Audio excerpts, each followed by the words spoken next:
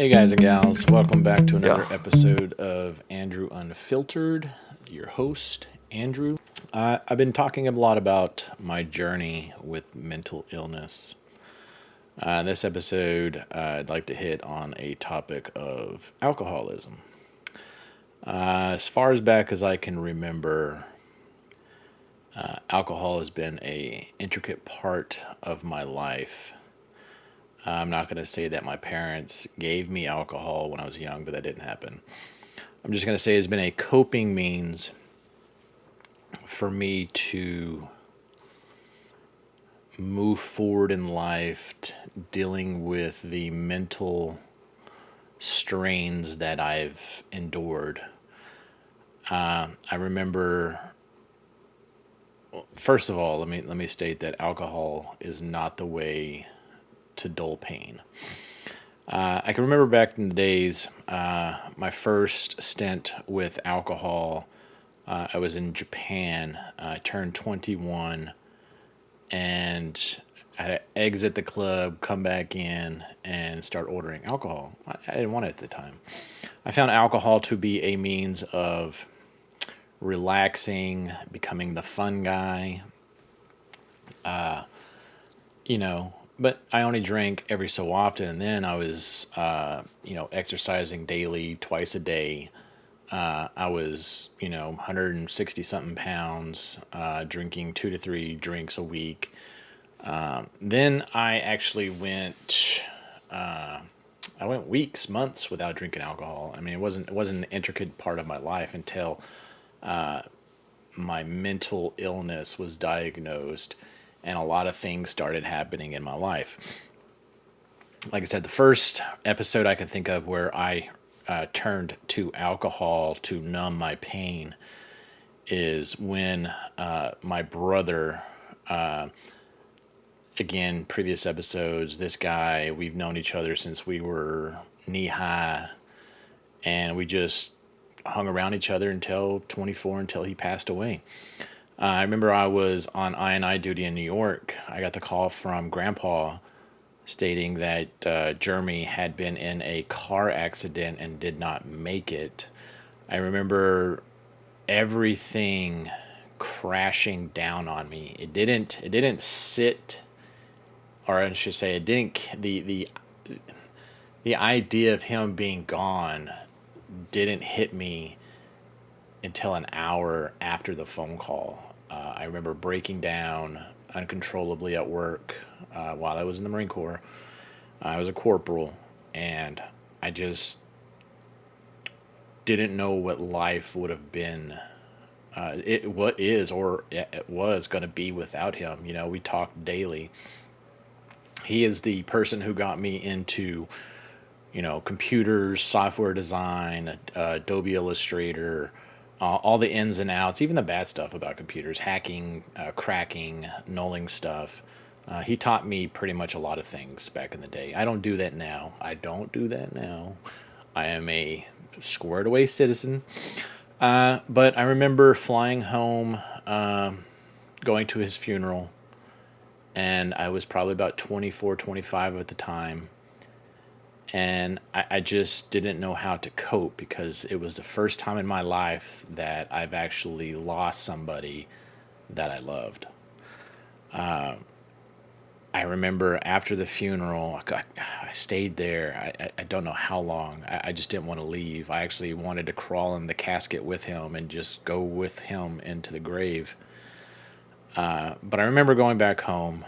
I remember going to the store buying a case of Bud Light, Budweiser. I don't remember what it was. And I just drank. I drank and drank and drank and drank. My mother, sisters, they did nothing to stop me. They just sat there and let me know my pain. I would call his voicemail or his landline, call his voicemail, or I can't remember what the heck those things are called. Answering machine, there you go. And just listening to his voice to hours and hours on. And it just, I drank myself stupid. I did that for about a week. I think I was on emergency leave for 2 weeks. I did that for a week. And I got to the point where I didn't know what to do. I thought about death by alcoholism. I thought about killing myself because it was an unknown factor in my life that I had no idea about. I don't remember how it stopped, but I just went back to work and the pain was still there. I didn't drink like I did when I was at home because I had to, 8 hours prior to going to work, you couldn't have alcohol. But I just didn't know what to do. It was the longest. It's been the longest 23, 22 years of my life, not knowing what life would have been if he was still here. I know it's a void in my heart that is gone, that hasn't been able to be fulfilled. Don't get me wrong, I got friends. I got people I've met over the years, perfect friends, but this is a childhood bond that that was unbreakable. So I drank myself stupid. Fast forward probably about 4 or 5 years. I went to California. I did some stupid things. I got married, met a stupid girl, got married, ruined my life. And probably about a year or two in, it wasn't the life that I thought I was going to live. She was toxic to me. She blamed, well, she used to say, Jeremy killed himself because of you. She used to put all this on me. And it took me into a darker and deeper hole. And I just didn't know what to do anymore, do anything. I never domestic violence, any of the sort. So I returned to drinking. I would drink a case a day, and I gained weight. I blamed it on having surgeries. I blamed it on everything. I couldn't live that life. So I drank myself stupid. No matter what I did, I was never perfect for this person, and the relationship that we had was toxic. So I drank cases. I think it was Michelob Light or Mad Dog 20. I don't know what it was, but it was in a silver and black can. And I used to drink that. I used to go outside, or we used to go out to eat. And I would just drink, drink, drink, drink, drink, drink. I drank myself stupid. I didn't want to live that life with her. Because she used to bring up the past, bring about the bad person in me, call the cops on me all the time, saying I was hitting her. I was like, I just got home from work. How am I abusing her? I just walked to the door as soon as you guys got in. It's like she had you guys on speed dial. So I drank myself stupid. Probably about 4 years into the future, I went back to New York to Mag 49. She followed. I had this opportunity to go to Iraq and work with some great people in the army, and I sent her back home and filed for divorce.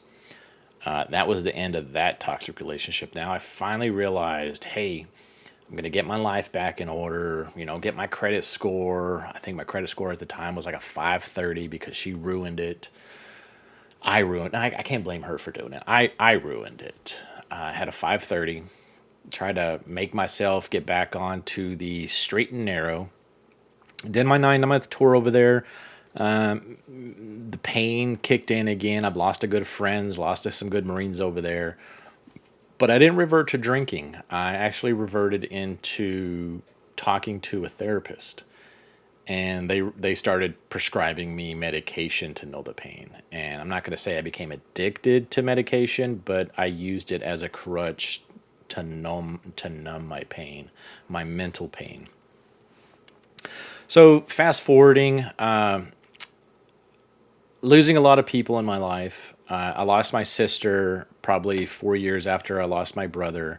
That again hit me hard, but I knew I wasn't going to drink myself silly. It hit me hard mentally. I didn't show it, but I knew it hit.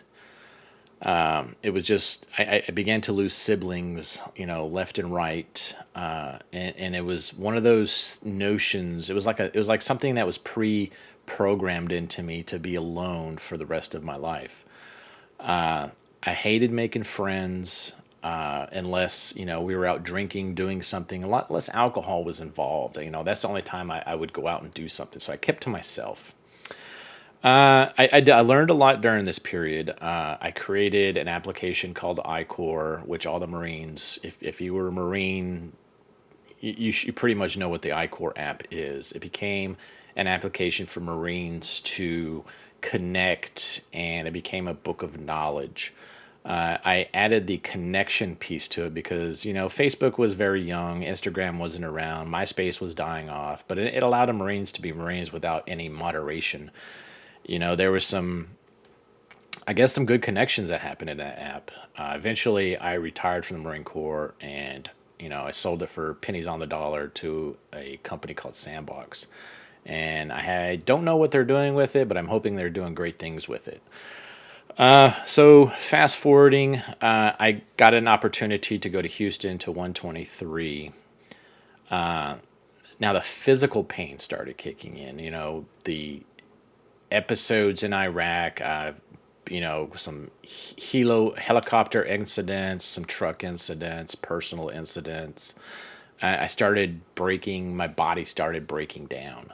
I remember 2011, I had back surgery, I had a laminectomy where they removed a disc, removed some bone, because I had a very severe impacted hernia or herniation, disc herniation. So let me rewind a little bit. When I was in Houston, I had the opportunity to become a Toys for Tots coordinator for Houston. That's where I met my wife, Wendy. That's where I met my wife, and it was, the physical pain. I didn't identify it to anybody, but for Toys for Tots, you had to go, put a face to a name. Yeah, I had to be the PR person for Houston. And there was always alcohol involved. Marines, if you know Marines, we can drink in uniform, and there's always alcohol involved. So the alcohol then, helped numb my physical pain, my mental pain, because there's not a day that goes by that I don't think about the people that I've lost. But it became a crutch. I started relying on alcohol again, so I started gaining weight. I think at the time I was probably about 205. But I still exercised and, did the things that a Marine should. But again, I had my surgery. I was out for 30 days, but I got made to come back to take a PFT for promotion, which I think I injured myself much more because the sergeant major and the CO were adamant about that I take a PFT 30 days after surgery. I ruined my back again. And, just the amount of drugs wasn't enough for the pain that I was enduring. So I turned to alcohol again. I turned not to get myself drunk to the point where I was stupid, acting retarded, acting silly, but I would drink to numb the pain. There would be times where, I met my wife, we went out salsa dancing, I would have to drink in order for my pain to dance, or in order to numb the pain to dance. And she's like, "Oh, you're always drinking." I wasn't on drugs at the time. I wasn't on the good stuff. I was using alcohol as a crutch to be social, so I could actually do things.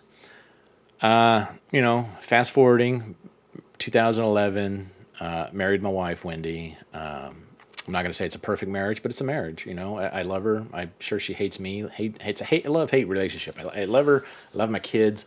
I love everybody that we have come across. It's the best. Her family's the best. I love her brothers, her dad, her mom. But I finally retired. I finally retired. I had a spinal cord stimulator implanted in 2014, retired in 2016, to help with the pain.